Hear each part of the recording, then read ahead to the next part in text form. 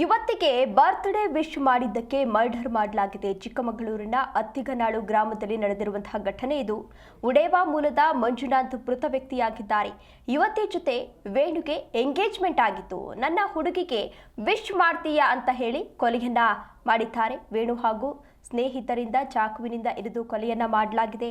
ಮಂಜು wish ಮಾಡಿದ ಯುವತಿ ಜೊತೆ ವೇಣುಗೆ ಎಂಗೇಜ್ಮೆಂಟ್ ಆಗಿತ್ತು. ಅಂದರೆ ಮಂಜು ಎನ್ನುವಂತಹ ವ್ಯಕ್ತಿ ಏನಿದ್ರು ಅವರು ಒಬ್ಬ ಯುವತಿಗೆ ಒಂದು ನ್ಯೂ ಇಯರ್ ವಿಶಸ್ ಮಾಡಿದ್ದಾರೆ. ಆ ಹಿನ್ನೆಲೆಯಲ್ಲಿ ನನ್ನ ಎಂಗೇಜ್ಮೆಂಟ್ ಆಗಿದೆ, ಆ ಹುಡುಗಿಗೆ ನೀನು ವಿಶ್ ಮಾಡಿದ್ಯಾ ಅಂತ ಹೇಳಿ ಕೊಲೆಯನ್ನ ಮಾಡಲಾಗಿದೆ.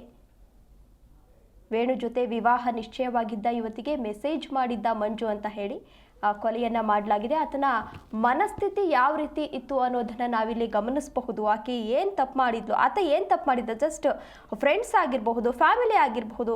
ಈಗ ನ್ಯೂ ಇಯರು ಇಲ್ಲ ಫ್ರೆಂಡ್ಶಿಪ್ ಡೇ ಇಂತಹ ಸೆಲೆಬ್ರೇಷನ್ ಇದ್ದಾಗ ವಿಶ್ ಮಾಡೋದು ಕಾಮನ್ ಆಗಿರುತ್ತೆ. ಅಂತಹ ಸಂದರ್ಭದಲ್ಲಿ ಅದೇ ಒಂದು ಕಾರಣವನ್ನು ಇಟ್ಕೊಂಡು ಕೊಲೆ ಮಾಡಿದ್ದಾನೆ ಅಂತ ಅಂದರೆ ಆತನ ಮನಸ್ಥಿತಿ ಯಾವ ರೀತಿ ಇರಬಹುದು ಅನ್ನೋದನ್ನು ನೀವು ಕೂಡ ಇಲ್ಲಿ ಗಮನಿಸಬಹುದು. ಮಂಜು ಅತ್ತಿಗನಾಳು ಗ್ರಾಮಕ್ಕೆ ಅಡಿಕೆ ಕೆಲಸಕ್ಕೆ ಹೋದಾಗ ಮಾರ್ಗ ಮಧ್ಯೆ ಗಲಾಟೆಯಾಗಿದೆ. ಗಲಾಟೆ ವೇಳೆ ಮಂಜುಗೆ ಚಾಕುವಿನಿಂದ ಹಿಡಿದಿದ್ದಾರೆ. ವೇಣು ಹಾಗೂ ಆತನ ಸ್ನೇಹಿತರು ಗಂಭೀರವಾಗಿ ಗಾಯಗೊಂಡಿದ್ದ ಮಂಜುನಾಥ್ ಅವರನ್ನು ಶಿವಮೊಗ್ಗ ಆಸ್ಪತ್ರೆಗೆ ರವಾನೆ ಮಾಡಲಾಗಿತ್ತು. ಶಿವಮೊಗ್ಗ ಖಾಸಗಿ ಆಸ್ಪತ್ರೆಯಲ್ಲಿ ಚಿಕಿತ್ಸೆ ಫಲಕಾರಿಯಾಗದೆ ಮಂಜುನಾಥ್ ಸಾವನ್ನಪ್ಪಿದ್ದಾರೆ. ತರೀಕೆರೆ ಪೊಲೀಸ್ ಠಾಣೆಯಲ್ಲಿ ಈಗಾಗಲೇ ಪ್ರಕರಣ ಕೂಡ ದಾಖಲಾಗಿದೆ.